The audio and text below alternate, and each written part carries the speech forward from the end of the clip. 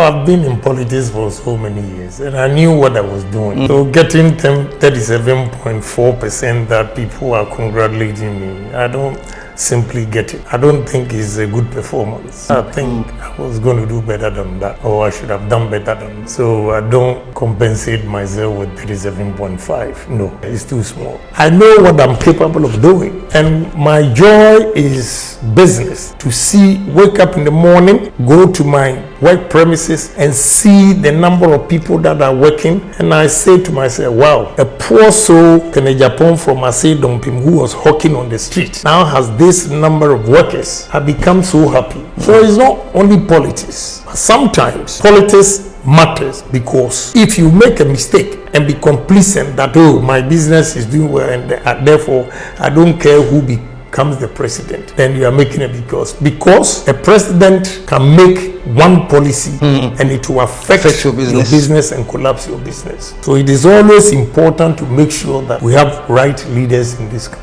And my brother, telling you, what Ghana needs as a leader is a pragmatic leader and not theorist. I see myself as a pragmatic leader.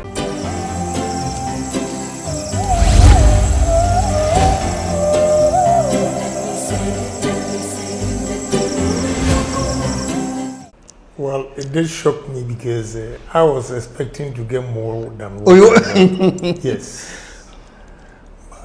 But there were some mishaps somewhere along the line during the D-Day. That is why we got that percentage. If not, would have gone up. Really? So you were expecting more? Oh, yeah, of course. I talked to somebody who said that, she said she's very, very sure that you are very, very happy because even you didn't expect that many people. No, I disagree with that statement, because I've been in politics for so many years and I knew what I was doing. So getting 37.4% that people are congratulating me, I don't simply get it. I don't think it's a good performance. Oh, you didn't like the performance? No, at all. I think I was going to do better than that, or I should have done better than that. So I don't compensate myself with 37.5. No. This is small. Yeah, it's too small.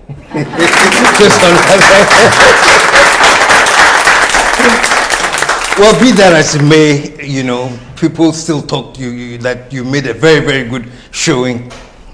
Okay. This is just out of the way, you know, I'm just curious. I understand. Yeah. But let's say Bawumia invites you to be vice. No, that I wouldn't do it. You wouldn't do it? No. I just want to allow him to do whatever he wants to do. And I don't want to be vice. What am I going to say? I have nothing to say. So I believe in democracy, so I want it to work. I stay back and watch. Whatever contribution we have to give, we will contribute. But I would not accept vice as if at all costs Agyapong has to be among the leaders. No. One thing I've always said is that you don't need to be president alone to effect change in people's lives. There are so many ways you can effect change in people's lives. I have businesses that have employed many Ghanaians, and I put food on their table. They are able to take care of their family. I think it's self-gratifying to see people working for me and taking care of themselves. So even the Bible says, man shall not live by bread alone. So it's not only politics that can allow or make individuals make a difference in society. So me, I accept the results graciously, but I want to stay back, you know, and see how events unfold. I don't want to be a vice president. It doesn't mean I'm against him. I'm not against him. But you know, to tell you the truth, why I cannot be a vice president is that I will speak my mind. And I'm not going to be made.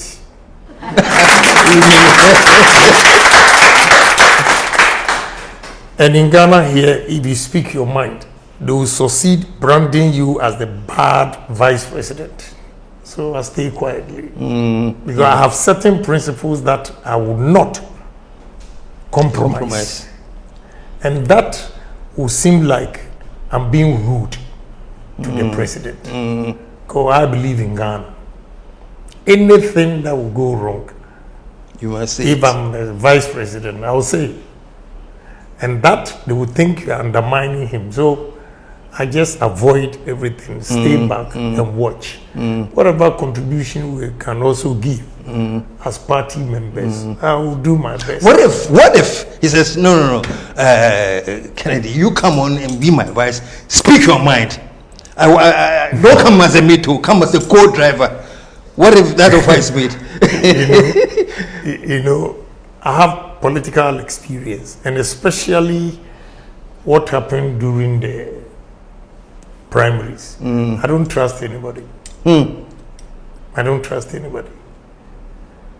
So whatever offer you give me, I'm sorry. You don't trust the offer? No, I don't trust anybody. Because you help them. When they get to the position, they dump you. I will not allow myself to be used by anybody again. And I need respect. This year, I'll be 64 years. So I will not allow anybody to treat me like I'm a trash. That one, I'm sorry. So let them do their own thing. And we stay back. We are all party members. We are going to campaign for some people.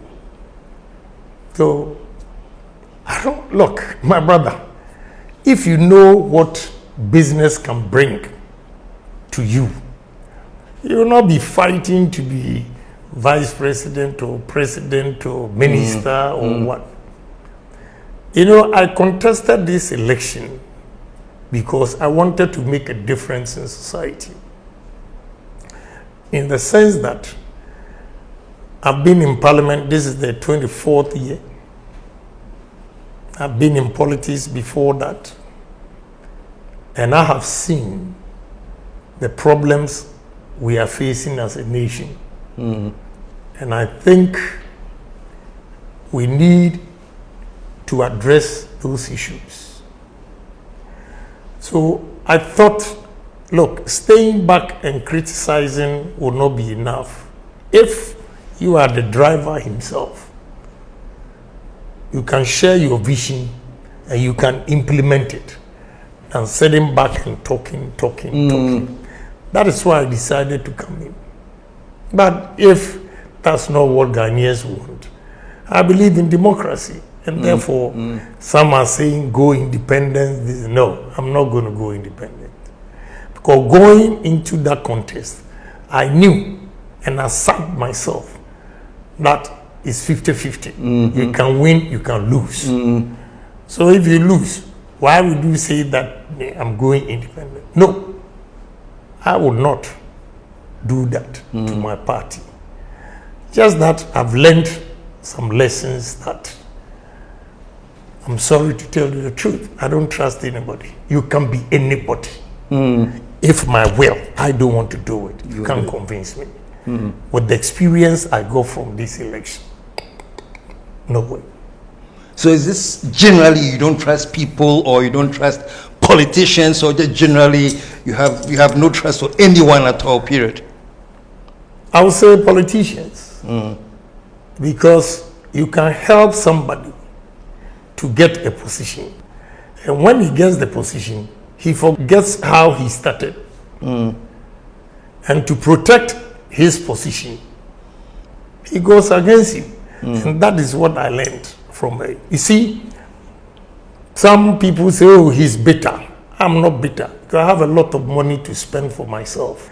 It's not every MP who didn't vote for me that I'm angry at. No.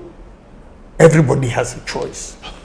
But the very people who were my friends that I have helped to bring them to parliament is not a betrayal, but the bad things they said about me, that is where I have a problem. So who says I'm not bitter? I'm bitter. I'm bitter not because Vice President won. I'm bitter because the people that I have helped. If you are not going to vote for me, no problem. But the insults, I can't forgive them. Wow. Now, these very people, were they people who had assured you privately that they are going to vote for you? Or they didn't? No. I didn't need any assurance. Like I said, you know, if you support Dr. Bawumia, it's your choice. I don't have a problem if you don't insult me. Again, anybody that I have not helped, and through his own efforts, he came to Parliament. If he even insults me, I don't have a problem. But I have a problem with people that I helped. Some of them became ministers. Some of them became MPs. Through your efforts? Yes. And they were the people who were making derogatory statements about me. That is very difficult to forgive. And knowing why is it that if it's easy to forgive everybody who supported Alan, they are sidelined them? And when it comes to me, you say forgive. You don't pretend that I will not pretend. That's the problem. I will not pretend. I will let you know that I didn't appreciate what you did. And my last question was going to be, knowing that you don't like pretending, these people that you said you expected better from them, but not only did they betray you, but they actually said derogatory things about you. Exactly. Have you confronted them and told them? If you make a mistake and approach me, I'll give it to you well. You see, people say, oh, the guy is rude, this guy.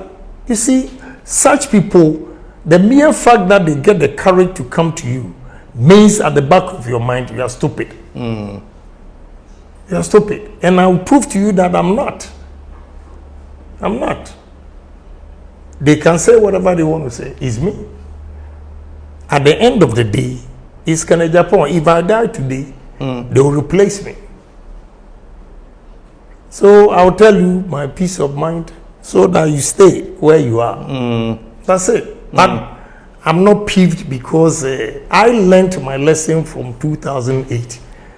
When I put my resources, my soul and will, money, everything to support President Kwaku. When he lost, I got heart problem.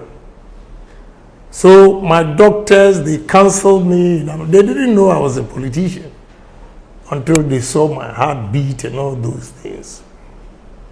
So I learned my lesson from that time. That I will campaign, I'll do everything, but I'll not religiously get involved and say that is do die. And therefore, if I don't win or Mr. B doesn't win, I should get heart problems. That has cushioned me. Look, who says I'm bitter? When the results were coming and I saw that the vice president has won, I told my team, I'm going home. Anybody who wants to drink champagne, come. We were drinking champagne. And I gladly decided to go and congratulate the vice president. But I'll be honest with you, when I got there on the stage, the people that have insulted me, I got so annoyed. That day was the first time I took my wife to public gathering like that. She saved me. I would have misbehaved. I will tell you the truth. Misbehavior means you would have physically attacked them? No, when I took the mic, the things I was going to say. Okay. I just controlled myself. And again, it is not them alone. I was speaking to the party and the nation. So that I had to control myself and, you know. But I was going there, I knew I've lost. Let me tell you the truth. Here, this building, we have 42 offices. My intention was that, we do civil campaign. If I lose, I'll give it to the winner to use it as a campaign office. All my campaign, you've seen some of them sitting there. I'll give it to the winner to support. But the way they verify me, I've stayed quiet. I allowed them to do whatever they are doing. These pickups, I'm not going to use it for anybody. But I won't give it to anybody. Will I keep them here? Yeah, I'll keep them here. What did they send a delegation? A delegation. To officially. A delegation. Yeah. Let me tell you. One MP in Western Region said to A+ that, oh, as for Agyapong, he can win the general election, but we will not give it to him. And after that, then he asked, do you think you can do away with Agyapong? He said, oh, after that, we'll go and beg him. He went to South Africa and repeated the same thing. So, delegation from where? The delegation, they didn't see what they were saying, or they didn't hear what they were saying. I don't think any delegation can come to me. It's my choice. And you see, let me tell you, I like Vice President. I can easily communicate with him, but the people around him, the things they said will be difficult. But that doesn't mean I'm not going to campaign. I'm going to campaign for some people. And I use my own money to campaign. I don't take party money. Or no presidential candidate has ever given me money to go and campaign for him. So I'll use my own money and campaign for certain candidates. So I don't have a problem. So I'm still a party man. I'll do it. Give it up, man. Listen, this thing is getting very, very interesting. But it's time to take a commercial break. So we'll take a commercial break. When we come back, more of Honorable Kennedy Agyapong. We'll be right back.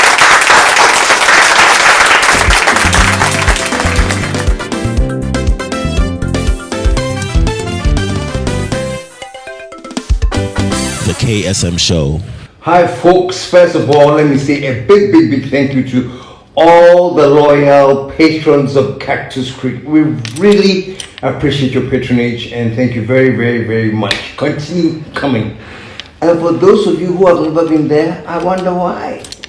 I mean, how can you not be at Cactus Creek? I don't know whether it's the green, the trees, I don't know if it's the pool, the conference room, the amazing, delectable dishes. Anywhere you look at it, Cactus is the place to be.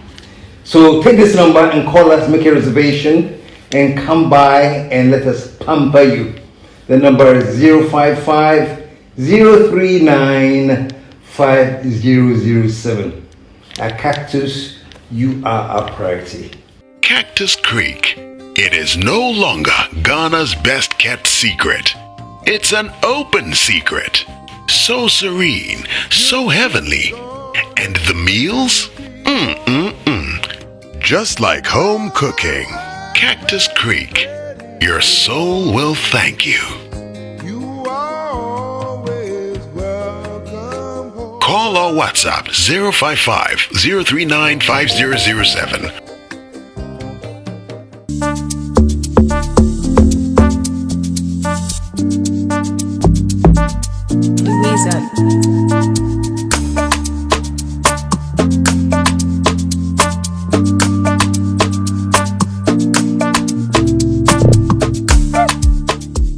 Azyapa Essentials has good news for you.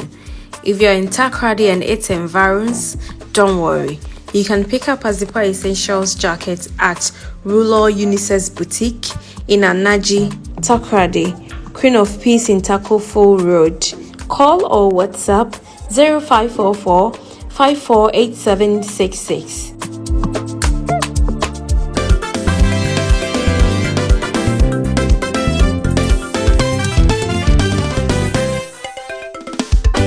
The KSM Show.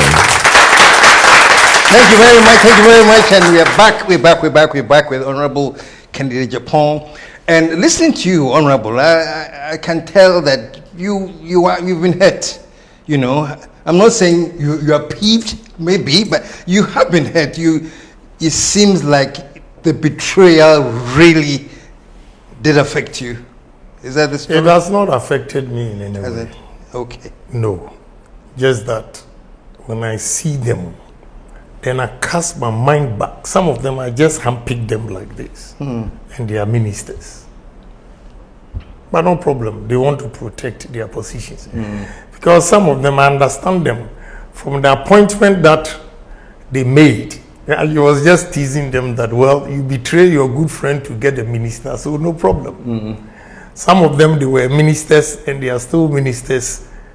Because to tell you the truth, maybe if they had not taken a position like that, they would have relieved them from their positions. And most of them, they are not like me, a businessman. Me, I can change this water, the design and the value will be more than what it is today. Some of them, the thing is there, they don't have, with all due respect to them, they don't have the creative mind to turn things around. So maybe if they are not ministers, they will not survive. So me, I'm okay. I've never taken any position. President Kufuor's time, he called me and asked me to go to Minister of Interior as Deputy Minister of Interior. I said no to him, but I made one request, that it was my boss who brought me into MPP party, Polities and all. Because my family, there's no politician in there. My boss, he recently died. We have not even done the funeral. So, Mr. President, I thank you very much. But I want you to give this deputy ministerial appointment to my boss. Said, oh, your boss, this position is too small. I said, but okay, go and discuss with him if he will take it. So I went to my boss. He's called Lawyer Kwaku from Esid. So I went to him and said, boss, lawyer, I called him lawyer. This is what President Kufuor has offered me, but I don't want to be a minister. I mentioned your name. He said, you are too big for deputy ministerial appointment. I said, oh no, he will serve. So I quickly went to President Kufuor and told him that, oh, he has accepted. That's how come Lawyer Siedu first became Deputy Minister of Interior. Then he moved him to Deputy Minister of Foreign Affairs. And the last part of President Kufuor's administration, he was the Regional Minister for Eastern Region, Lawyer Kwaku from Esid. So all I'm trying to say is, I'm not somebody who is always fighting to be the helm of affairs. I know what I'm capable of doing. And my joy is business. To wake up in the morning, go to my work premises and see the number of people that are working. And I say to myself, wow, a poor soul, Agyapong from Asay Dompim, who was hawking on the street, now has this number of workers. I become so happy. So it's not only politics. But sometimes politics matters, because if you make a mistake and be complacent that, oh, my business is doing well and therefore I don't care who becomes the president, then you are making it because a president can make one policy and it will affect your business and collapse your business. So it is always important to make sure that we have right leaders in this country. And my brother, I'm telling you, what Ghana needs as a leader is a pragmatic leader and not theorist. And I see myself as a pragmatic leader. What I would have done to this country. People are saying inflation, depreciation of the cedi. Simple. This man made a fantastic statement and it became his name, domestication. You see, we are too bookish. We didn't get what Mr. Danlati, we didn't get what he was trying to say. But let me break it down to you. During my campaign, I was talking about maize, sugarcane, cassava that we can use for ethanol. My brother, there's a company in this country that imports 20 million liters of ethanol, 2 million tons of ethanol. On the world market today, ethanol, 1 ton, is $962. Multiplied by 2 million tons, you get about $1.852 billion. How much do we get from cocoa? How much do we get from cocoa? And the process of getting this ethanol, all the byproducts, you can use some of them for poultry feeds. We can generate electricity out of it. I still maintain that. Let them go everywhere and check if what I'm saying is not the truth. Besides using this ethanol for alcohol, beverages and everything, we can use the ethanol to mix. Today, they have increased prices of fuel.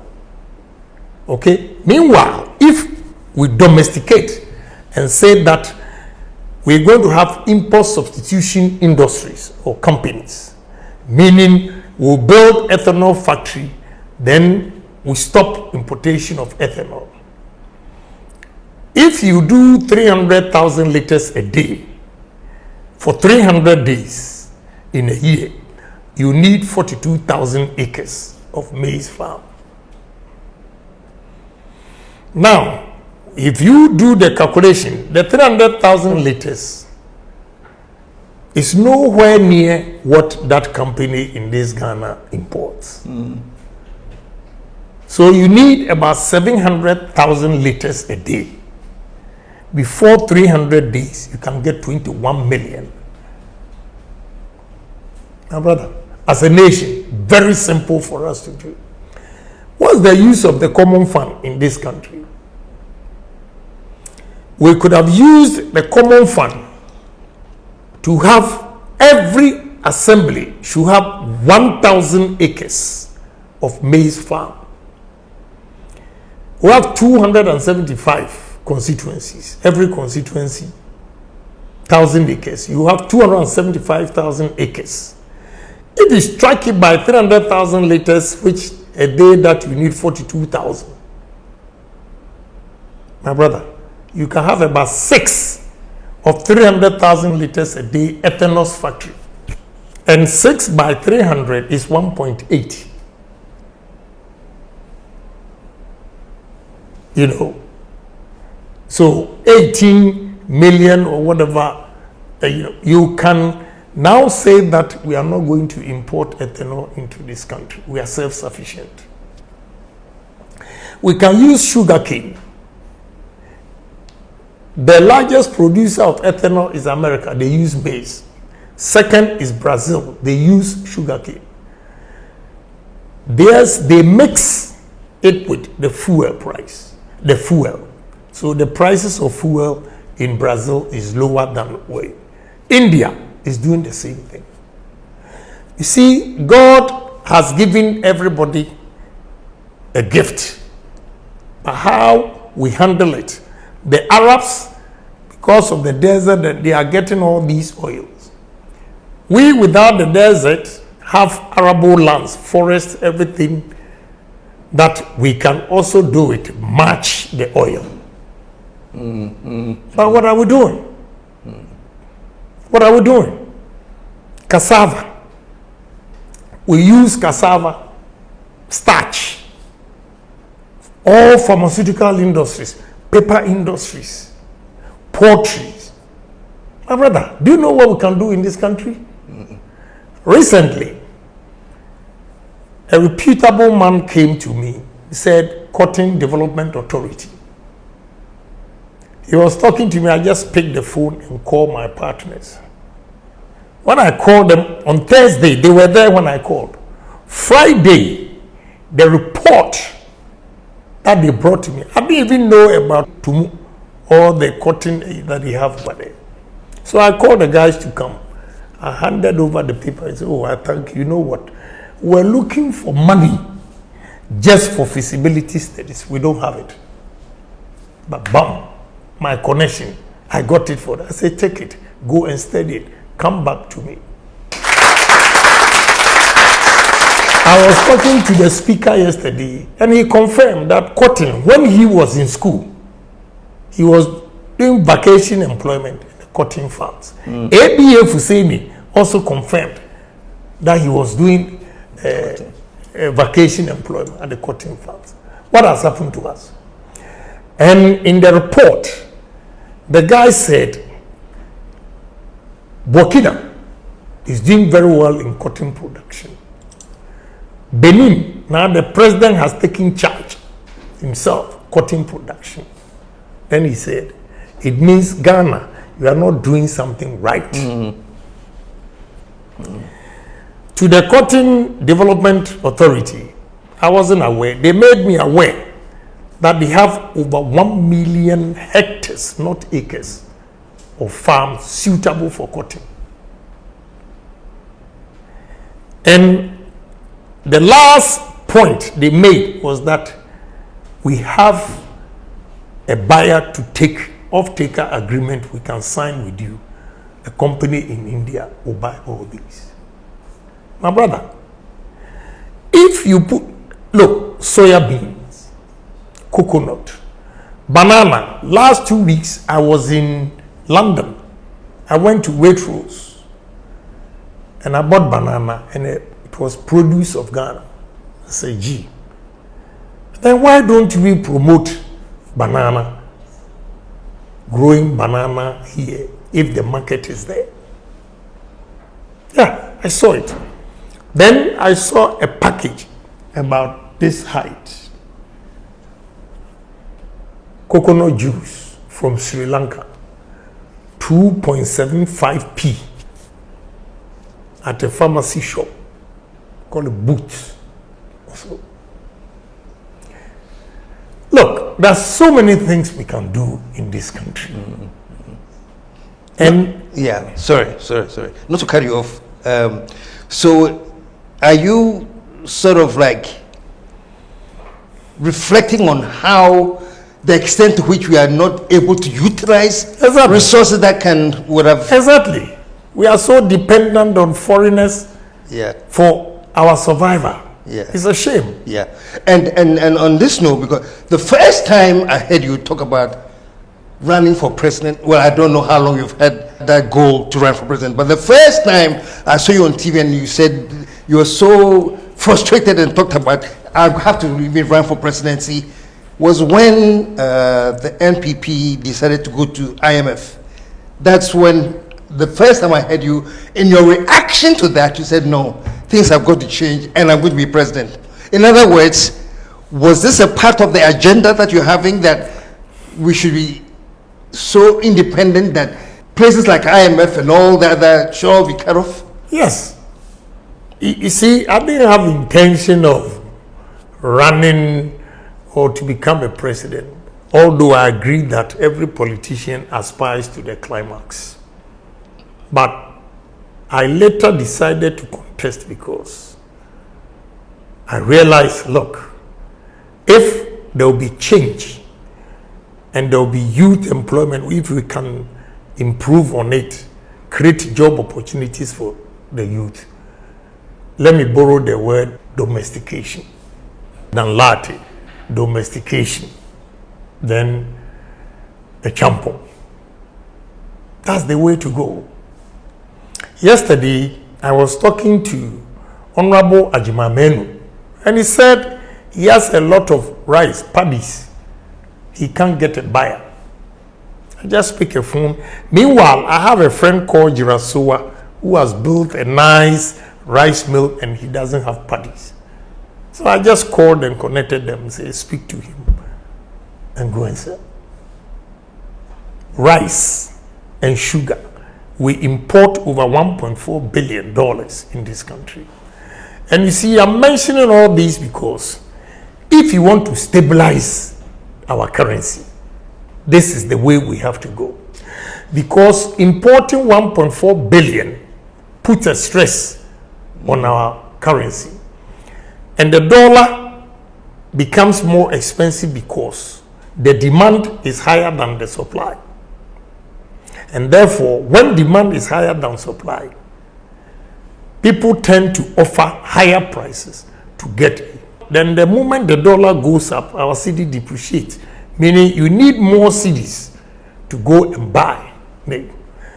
So if we are able to stop importation of ethanol minimum $3 billion will be saved. Not saved, but we protect it. There will be no rush, and therefore we can stabilize it.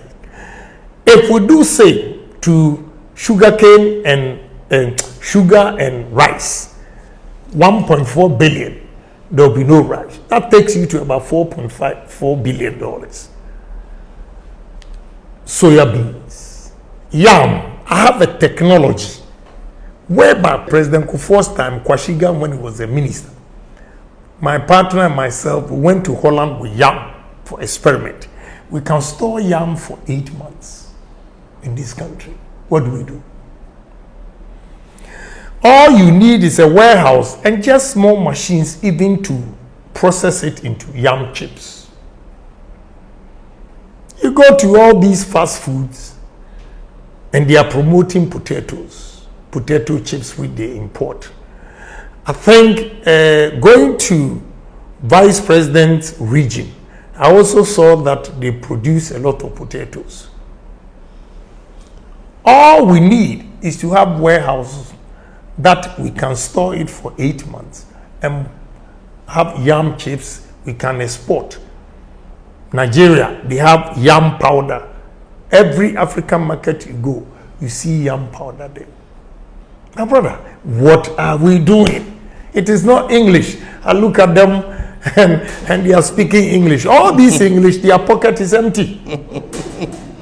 Their pocket, you are speaking big English. Your pocket is empty because you are a tourist. You are not a pragmatic person.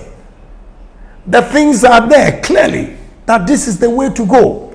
My brother, when I visited Volta region, I said to myself, wow, Rawlings has done a disservice to his own people.